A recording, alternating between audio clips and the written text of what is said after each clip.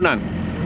Kerana saya pernah berada di Lubnan, saya pernah berada di tebing barat. Siapa yang pernah follow ZRA Stream sejak 2023-2024, saya ada bagi live dekat tuan-tuan banyak kali tentang keadaan di tebing barat.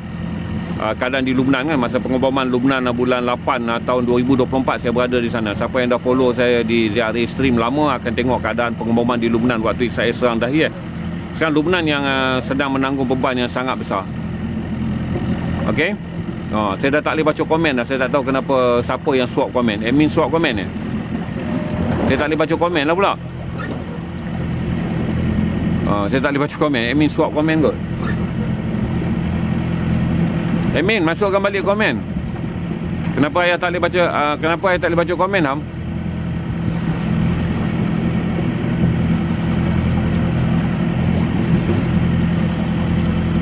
Saya tak sentuh apa pun kat sini. Kenapa saya tak boleh baca komen?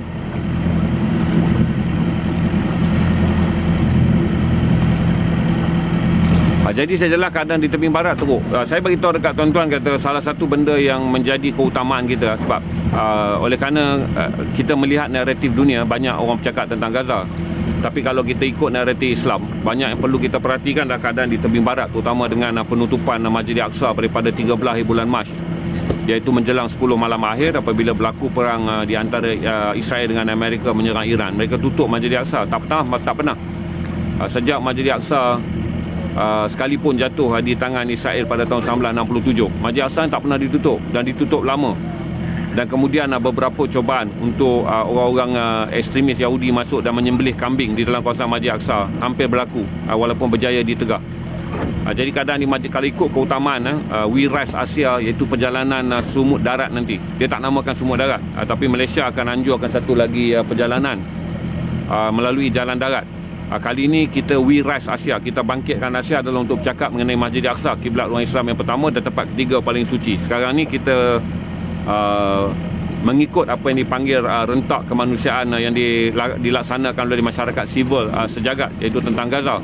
Tapi untuk perjalanan yang nanti We Rise Asia, dia akan ada Gaza dan dia akan ada Masjid Al-Aqsa, supaya lebih ramai orang menyedari bahawa Masjid Al-Aqsa tempat suci yang ketiga bagi kita, kiblat yang pertama selama 17 bulan, tempat Nabi berisrak sebelum bermikraj ke Sidratul Muntaha, yang mana hampir dinormalisasikan. Setiap kali orang balik Mekah Madinah, mereka akan bercakap sama ada nak ke Istanbul, Mekah Madinah nak ke Kosovo, Mekah dan Madinah nak ke Tashkent. Hingga orang lupa bahawa sebaik-baik tempat untuk kita ziarah selepas Mekah dan Madinah adalah Masjid Al-Aqsa. Kerana Masjid Al-Aqsa telah 59 tahun berada di bawah jajahan Israel, maka mentaliti orang Islam di seluruh dunia mula melupakan Masjid Al-Aqsa dengan beranggapan bahawa sekiranya mereka menunaikan haji atau umrah, tempat yang mereka akan singgah sama ada Istanbul kerana ia kota sejarah, pergi ke Bosnia kerana dia kota kebangkitan Islam dalam abad ke-21, ataupun pergi ke mana-mana, hingga orang lupa bahawa sebaik-baik tempat untuk diziarahi seperti yang dianjurkan Rasulullah adalah Masjid Al-Aqsa. Kerana kita dah lama hilang, maka kita lupakan. Itu antara benda yang kenapa dalam We Rise Asia, konvoi darat nanti, kalau tuan-tuan nak, tuan-tuan boleh sertai sekarang. Pergi saja ke page Sumut Nusantara, tuan-tuan tekan borang pendaftaran tu, tuan-tuan daftar aja di bawah sumut darat, di mana We Rise Asia, kami bangkitkan Asia, itu mengingatkan kembali umat Islam, iaitu mereka yang penduduk yang paling ramai di Asia, bahawa kehilangan Masjid Al-Aqsa adalah satu tragedi yang berat. Kerana ini tahun depan genap 60 tahun Masjid Al-Aqsa dijajah. Kerana Masjid Al-Aqsa ni dijajah seusia saya. Dia mula jatuh ke tangan Israel pada 10 hari bulan Jun tahun 1967. Saya lahir 30 hari bulan Jun 1967. Jadi seusia saya ni, itulah usia Masjid Al-Aqsa berada di bawah jajahan Israel. Macam mana saya nak dapat balik komen Macam mana saya nak dapat balik komen? Tuan-tuan boleh bantu tak? Saya tak boleh dapat komen saya, kerana admin tutup komen ataupun saya tersalah tekan. Saya tak pasti kenapa saya tak nampak komen. Bilang boleh bantu ayah dapat komen balik, Ham. Ayah tak sentuh apa pun.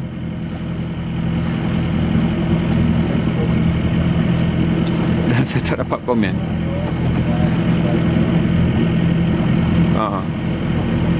Tak apalah tuan-tuan, minta maaf banyak-banyak. Saya tak boleh baca komen. Tak pernah berlaku phone saya pegang dan kemudiannya komen tak boleh baca. Selalunya admin akan tolong pinkan komen untuk saya baca.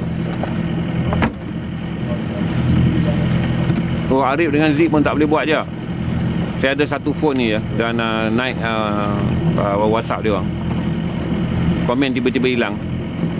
Okey tuan-tuan, itu je saya update tuan-tuan hari ni. Pertama adalah kami akan memasuki zon 4 hari lagi, iaitu kereta, zon di mana meninggalkan sejarah tahun lepas, di mana 12 bot dibom dengan menggunakan stun granat untuk memecahkan layar kapal. Untuk memecahkan layar kapal ni, tadi saya dah bagi briefing pada tim saya dan bagaimana kondisi waktu kapal saya dibom pada pukul 4 pagi pada September tahun lepas, menjadikan layarnya pecah dan tak boleh dibaiki. Kemudian kami juga menerima beberapa brief keselamatan bagaimana nak mengendalikan keadaan 5 kru yang ada dalam ni. Kalau ia berbentuk bahan bakar, kita akan menggunakan pemadam api. Kalau dia adalah bentuk simbahan asid, kita akan siap pada malam-malam yang di mana kita berada dalam garis serangan dengan memakai jaket bertutup kepala. Jika ia membabitkan semburan katal, bagaimana kita akan menghilangkannya dengan basuhan air laut. Okey, terima kasih semua. Assalamualaikum warahmatullahi wabarakatuh. Saya doakan sihat. Kalau besok saya bertugas sunrise, saya akan tunjuk pada tuan-tuan sunrise. Saya hanya akan masuk balik pukul 9 malam apabila skedul berada dalam garis genting. Kalau untuk skedul sekarang, saya brief tuan-tuan sambil membagi lihat suasana. Yang saya anggap kata untuk saya tak pandai menghargai suasana alam. Semua saya cakap sebab saya bukanlah seorang perenung alam. Jadi, tapi saya tahulah ramai orang akan suka tengok momen-momen matahari terbenam dan momen-momen matahari terbit, terutama daripada lautan yang jauh, beribu kilometer daripada tanah air kita. Sunset yang berbeza kerana di sini siangnya panjang. Siangnya 15 jam, malamnya 9 jam. Siangnya 15 jam, malamnya 9 jam. Nanti bulan September, malamnya pula 15 jam. Siangnya 9 jam. Dia ada dua peralihan di mana 2 bulan yang disebut sebagai bulan spring adalah siang lebih panjang daripada malam. Nanti bila sampai peralihan musim panas, malam lebih panjang daripada siang.